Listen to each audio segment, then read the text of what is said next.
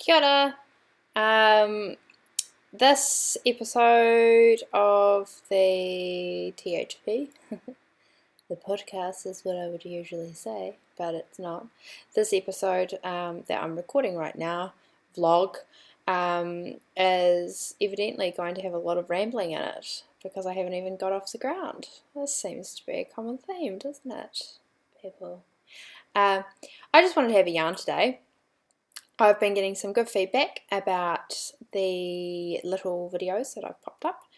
So just giving a spin on a few things that have been happening recently because it's getting into summer and life's getting interesting, and my life is no more interesting than anyone else's, but I find it quite hilarious on a day-to-day basis, and I think that's quite good, I suppose.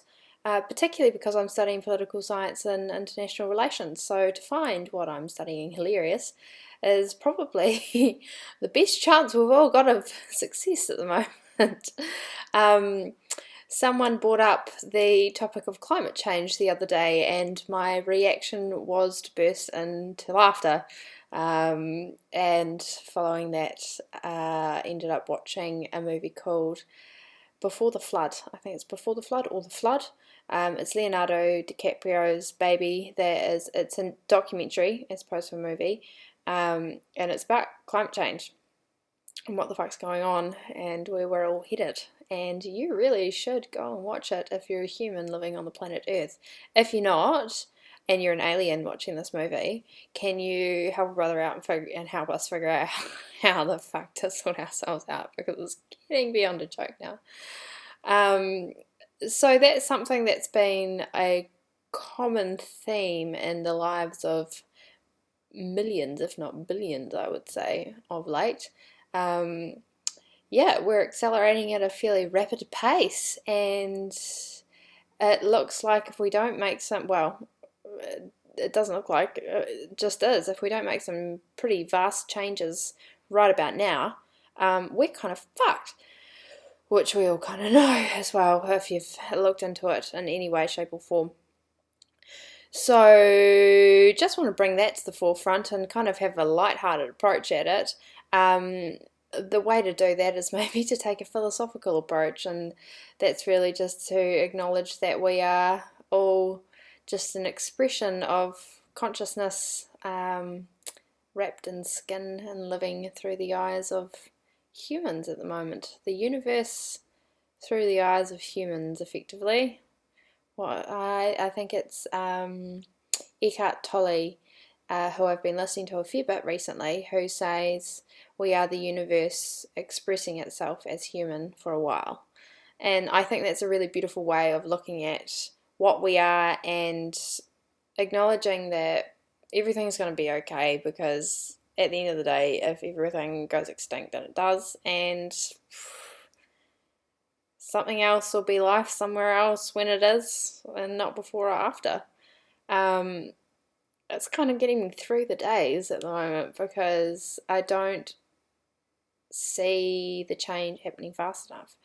I see the desire for change there. I see the hunger growing for it more and more so, but the powerful that are controlling the way this world works don't seem to give a shit about the fact that we are basically a snake eating its own tail to the point of complete devastation. So that's a depressing topic to start on, but one to get you thinking. And the way that I'm tackling that at the moment is simply by directing myself in a better manner. Making more conscious decisions, making sure I'm not using things like plastic bags and using my car as little as possible, investing in a bike, eating out of the veggie garden, trying to live off the land again, and being conscious of my existence and what that actually means to the planet. And I think if we can all do that more and more and more and acknowledge the decisions that we're making in a conscious manner, our chances of turning this bitch around are higher.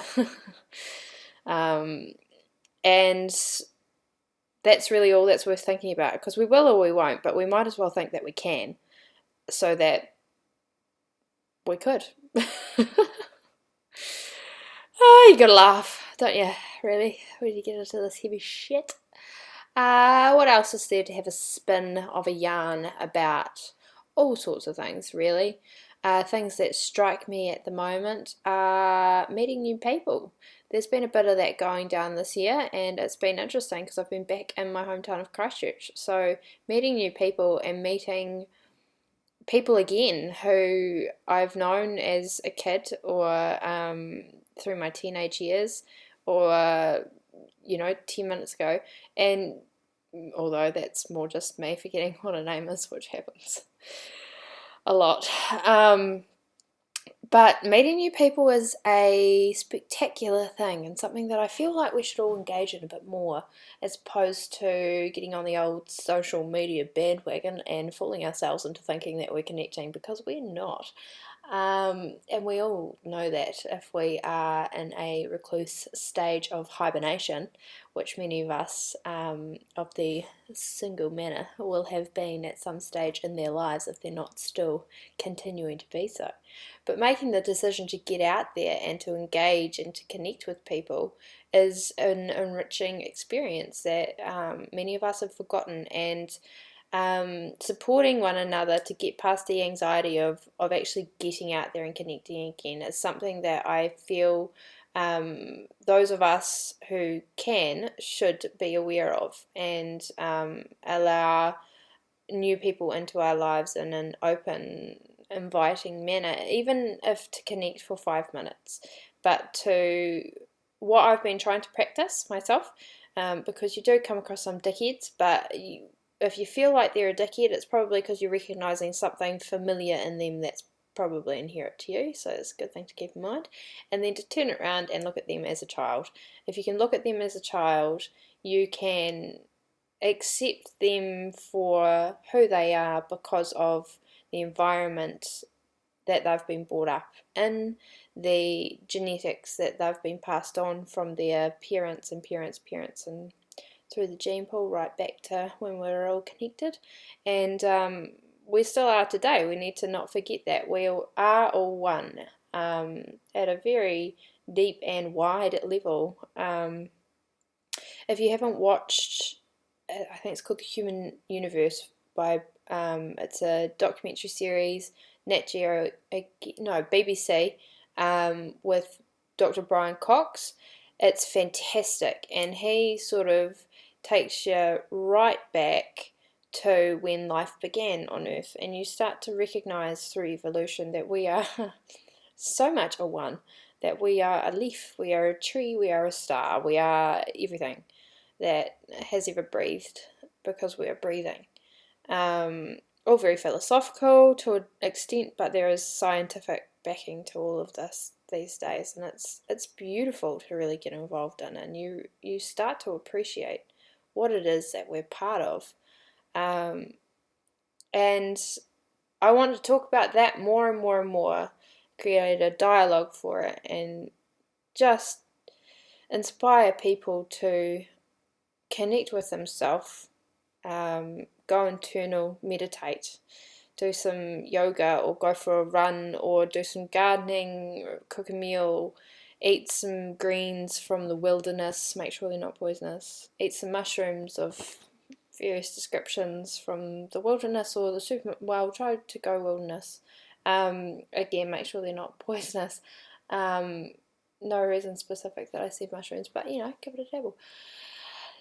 Just get out of yourself and go into yourself, and stop this incessant thought of ego. The way that people view me is important, the way that society sees me looking this way or that way is important. It's not. I read a beautiful quote today that said, basically, I'm not going to get it quite right, and I can't even quote the person who actually said this initially, so forgive me, and let me know if you know, because I quite like to find it again. But basically what it said was, when we go into the forest and we look at trees, some are bent and growing in different directions, and we accept that, we are aware of it, and we accept it to a deep level that it just is. We recognize that those trees we may recognize that those trees are bent because they haven't acquired the right amount of sun, or they're growing between one another. Some are evergreen, some are not. They're a varying species, and we view them as beautiful because they are a forest and they give us life when we breathe them in. And then we don't apply that same acknowledgement of the way things just are to people, and we expect them to look a certain way or do a certain thing or speak a certain language or eat a certain type of diet, and we judge each other based on these small little factors that are personal for varying reasons that no one can quite understand unless you have a very deep connection with a person that you've spent years and years and years unfolding with. And even then, everyone's experience is individual, and you'll have your own things that you go forward with. We need to look at each other in a way that we accept one another like we accept trees. And I think that's really important to keep thinking about as well, and keep talking about, so that we move through this thing, this weird buzzy thing that we call life, and that's just fucking brilliant and so crazy and so weird and fantastical and mystical and sad and awful and everything. It's everything because we're here and because we're experiencing it. And yeah, that's what I've been thinking of late. Probably because I'm writing assignments and I'm coming to the end of the semester. I've got one more exam to go and then I'm done. And I can just probably go well more into the philosophy and become stranger and stranger and stranger by the day. But I just wanted to bring that to you guys this eve, pop it out there into the airwaves and into the eye holes of those who are watching. If there are galaxies far, far away that can somehow stream this, give us a beam back, because why not?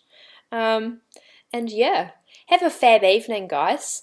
Feeling great today. Done some yoga, done some breathing, eaten some greens out the garden. Feeling fab. I suggest you do the same and drink thy agua. Drink the water, good water. And remember that that is life, and that you need to be fucking looking after that shit and standing up for it, because without it we're fucked. And yeah, I'm going to leave it on that note. Muchas gracias for watching this. Namaste, love y'all all, and I'll talk to you soon. Mwah, bye.